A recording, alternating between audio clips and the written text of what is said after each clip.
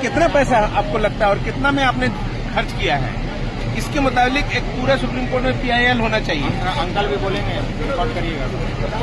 हाँ जी साहब, बताइए आपको क्या परेशानी है? मुझे भी नहीं मिला।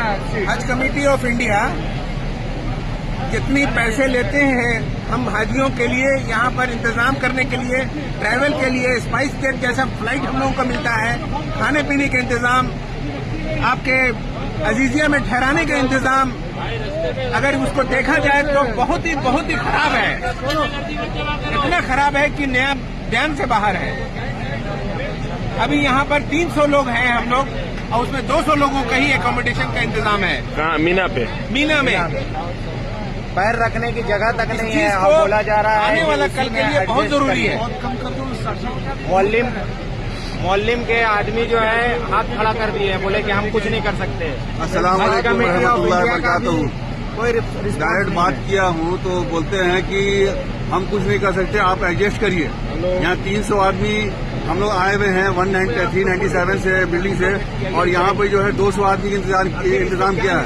उसमें मस्तूरात भी है और जेंट्स भी है, दोनों मिला करके 300 आदमी हम लोग बिल्डिंग में है। पर यहाँ पर ही हम लोग 200 मस्तूरात और क्या बोलते हैं कि जेंट्स को मिलाकर के 200 आदमी का ही इंतजाम है। बाकी 100 आदमी बाहर ऐसे ही घूम रहे हैं, एक के ऊपर चढ़े हुए हैं। और जब बात करने के गिजर हुआ तो बोलते क्या है कि आप एडजस्ट करो। पहले तो बोले काउंटिंग करो। आज आए हम अपने ऐसे इंस्पेक्टर के साथ, तो उनको हज इंस्पेक्टर के साथ काउंटिंग करवा दिए। काउंटिंग करवाने के बाद सब लिख ला लिए, बोले कि ठीक है। तो लोग बोलते कि आप एडजस्ट करो। 100 सीट कम है।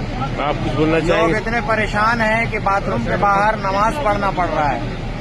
दिन भर चिलचिलाती धूप में मजबूर लोग खेमे के बाहर धूप में बैठ करके गुजारा कर रहे हैं। हज कमेटी ऑफ इंडिया जो हमसे पैसे लेती है, अभी लगभग 3,60,000 के आसपास लिए हज कमेटी ऑफ इंडिया, उसका क्या इस्तेमाल करती है ये कभी बताया भी नहीं जाता है। इंशाअल्लाह हम लोग सब जब वापस आएंगे इंडिया तो एक PIL जरूर फाइल करेंगे हज कमेटी ऑफ इंडिया के खिलाफ कि हमारे साथ ऐसा सुलूक क्यों किया जाता है। और ये सिर्फ एक खेमे का नहीं है, ये हमारा खेमा जो है 12-13 नंबर जो खेमा है 53/68 पोल नंबर के अंदर में, सिर्फ ये एक ऐसा खेमा नहीं है जिसमें ऐसी परेशानी है। सारे खेमों में किसी में 50 बेड कम है, किसी में 25 बेड कम है, किसी में 30 बेड कम है। लेडीज में भी यही प्रॉब्लम है। हमारे यहाँ तो 200 में 300 लोगों पर 200 ही बेड दिया गया है। और बेड की हालत क्या रहती है ये हज कमेटी ऑफ इंडिया बखूबी जानती है। 1.5 फीट बाई 6 फीट का बेड में एक आदमी बमुश्किल या तो बैठ सकता है या सो सकता है, और उसमें बोला जा रहा है 100 आदमी आप और एडजस्ट करिए। कहाँ से करेंगे?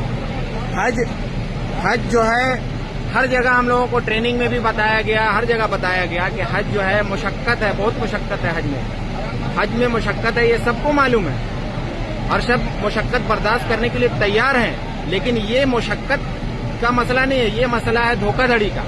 ये हज कमेटी ऑफ इंडिया हम लोगों के साथ धोखा कर रही है। अभी ना तो HO साहब फोन उठा रहे हैं हमारे, ना हज कमेटी ऑफ इंडिया के वेबसाइट पे जितना भी नंबर है हम लोगों ने सब नंबर पर कांटेक्ट करने की कोशिश की, कोई नंबर रिस्पांस नहीं होता है, कोई नंबर रिसीव नहीं होता है। हमारे SHI साहब भी है यहीं पर अवेलेबल है, SHI साहब का भी आप भी अपना बयान दे दीजिए।